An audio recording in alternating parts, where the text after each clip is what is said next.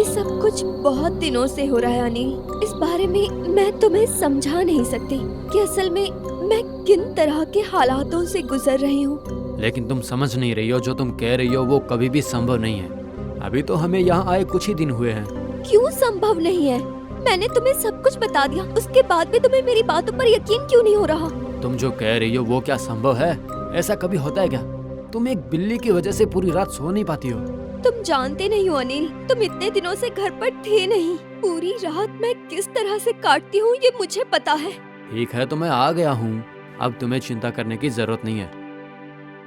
अनिल मीना को गले से लगा लेता है। मीना के चेहरे के हाव भाव से पता चलता है कि वो बहुत ही डरी हुई है। ये घर तो सच में बहुत सुंदर है। क्यों ना हम किसी काम करने वाली को रख ले? तुम्हारे ऑफिस जाने के बाद जब मेरे साथ कोई रहेगा तो अच्छा लगेगा। नहीं तो इतने बड़े घर में मैं अकेले रहती हूँ तो डर तो लगेगा ही ना। मीना, मैंने बहुत कोशिश की है लेकिन कोई भी इस घर में काम करने के लिए तैयार ही नहीं हो रहा है। सब कह रहे हैं कि ये घर भूतों का घर है। अनिल की बात सुनकर मीना के चेहरे पर फिर से डर दिखने लगा। मैंने कहा था ना तुम्हें, इस घर में जरूर कुछ है, लेकिन तुम तो मेरी बात सुनना ही नहीं चाहते। अब तो समझ आया तुम्हें? उफ, बस भी करो। अरे ये घर बहुत दिनों से खाली था, इसलिए शायद ये सब अफवाहें फैली हुई है और कुछ नहीं। तुम्हें तो पता है कि आजकल इतने कम दाम में इतना बढ़िया घर मिलना बिल्कुल संभव नहीं है। बस कुछ दिन और सब्र करो, फिर कोई ना कोई काम करने वाला मिल ही जाएगा हमें। तुम मेरी बात को गंभीरता से नहीं ले रहे हो, ये मुझे समझ आ रहा है, लेकिन इस घर में पूरे दिन अकेले मैं रहती हूँ, तो ये तुम कैसे समझोगे? तुम बिल्कुल भी चिंता मत करो, कुछ दिनों में सब ठीक हो जाएगा। चलो अब कुछ खाने को दे दो, अब मुझे बहुत भूख लगी है।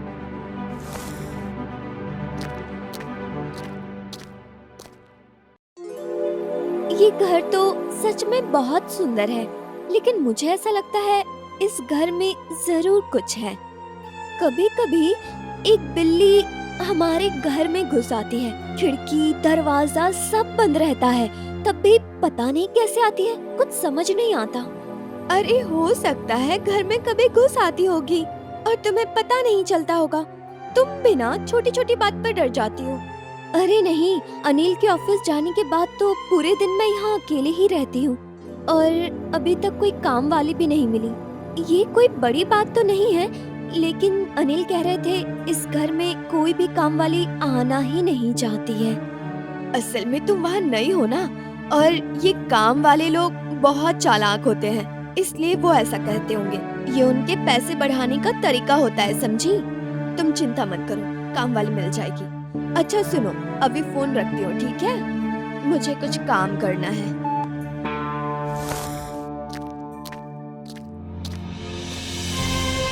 सीमा का फोन काटकर मीना कुछ देर सो जाती है। अचानक बिल्ली की आवाज सुनकर उसकी नींद खुलती है। वो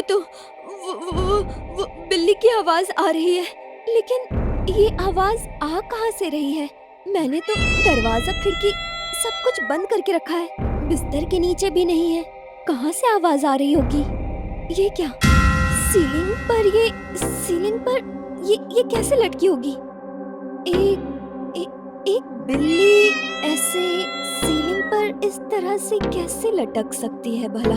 और ये बिल्ली दिखने में कितनी अजीब है, और ये मुझे घूर क्यों रही है ऐसे?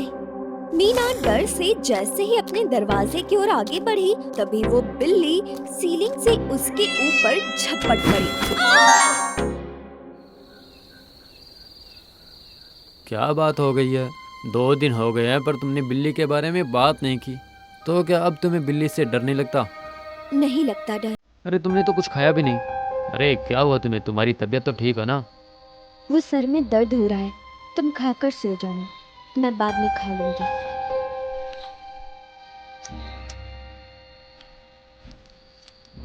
अनिल खाने के बाद अपने कमरे में चला जाता है।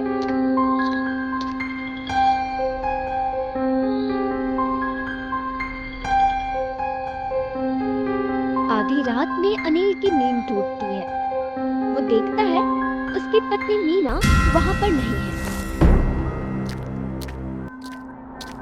वो मीना को ढूंढते हुए रसोई में चला जाता है और जो देखता है, मीना वहाँ अंधेरे में क्या कर रही है? और वो ऐसे क्यों बैठी हुई है? ये मैं क्या देख रहा हूँ? मीना, तुम कच्ची मछली खा रही हो? मीना, अरे मीना! मीना ने जैसे अनिल की ओर देखा, उसके मुंह में कच्ची मछली थी। मुंह के दोनों तरफ दो लंबे लंबे दांत निकले हुए हैं। ये तो मीना बिल्कुल नहीं हो सकती। अनिल बहुत ज्यादा डर जाता है। वो जैसे ही वहाँ से अपने कमरे की ओर भागने की कोशिश करने लगता है, तभी उसे सामने एक बिल्ली दिखाई देती है। फिर से वही बिल्ली। आज मैं इस बिल्ली को छोड़ूंगा नहीं यहाँ। आज इस डंडे से बिल्ली को। लेकिन ये क्या? ये बिल्ली तो धीरे धीरे बड़ी हो रही है और उसकी आंखें लाल हो रही है और उसके दांत अजीब तरह से बाहर निकल रहे हैं, पता नहीं क्यों।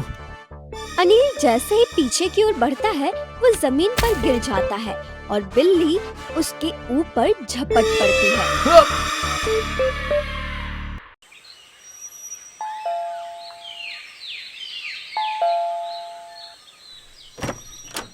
साहब, मेरा नाम रीता है। सुना है आप लोगों को काम करने वाले की जरूरत है। मैं काम करूंगी, लेकिन शाम के बाद मैं इस घर में नहीं रुकूंगी, ठीक है? क्यों? शाम के बाद यहाँ रुकने में क्या दिक्कत है? इस घर में ना एक बिल्ली भूत रहती है। जो लोग पहले यहाँ काम करते थे ना, वो लोग भी डर से भाग गए थे या शायद गायब हो गए थे। मुझे काम की बहुत जरूरत है, इसलिए मैं आई हूँ। फिर भी जान तो सबको प्यारी है, इसलिए इस घर में मैं शाम के बाद तो नहीं रुकूंगी। अच्छा ठीक है, तुम काम करने के बाद शाम होते ही निकल जाना।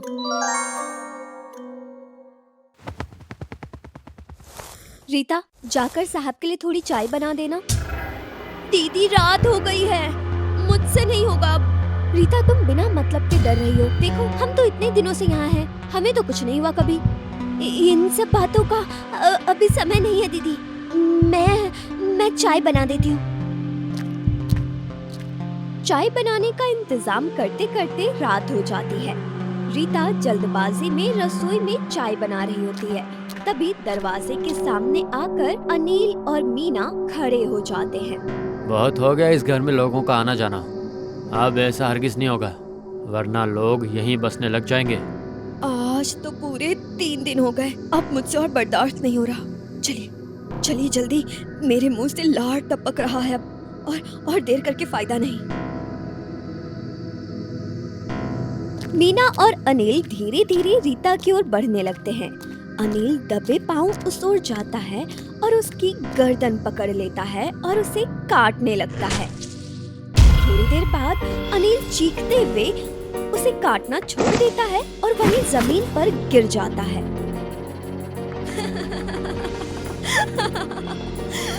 मर तू, मर, ऐसे ही तड़प तड़प कर मर। तुम क्यों खड़ी हो ऐसे? हाँ? तुम नहीं काटोगी मुझे? आप, मैडम, आप पहचान लिया तुमने मुझे? हाँ? अगर तू अपनी घर वाली बिल्ली की हत्या कर सकती है, तो क्या मैं अपने संतान को बचाने के लिए नहीं आ सकती हूँ? आपके बेटे को तो मैंने पहले ही मार दिया है। हाँ, जानती हूँ मैं।